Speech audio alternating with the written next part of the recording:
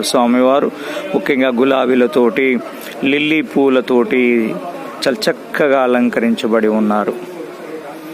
స్వామివారి దర్శనానికి వేలాది మంది భక్తులు వచ్చేసి స్వామివారిని దర్శించుకొని స్వామివారి యొక్క పుణ్యపాదాలను వారు వేడుకుంటూ ఉంటారు. పుణ్యపాదాలను వాళ్ళు ముఖ్యంగా వేడుకొని నమస్కరించి స్వామివారిని పూజలు అందుకొని ఎన్నో మహిమలు పొందుతూ ఉంటారు. శ్రీ బాల ఉగ్ర నరసింహస్వామి చాలా శక్తివంతమైనటువంటి కోర్కెలు తీర్చే కొంగు బంగారమై ఈ ఎర్రవరం దూళ్లగుట్ట మీద స్వామివారు వేంచేసి ఉన్నారు.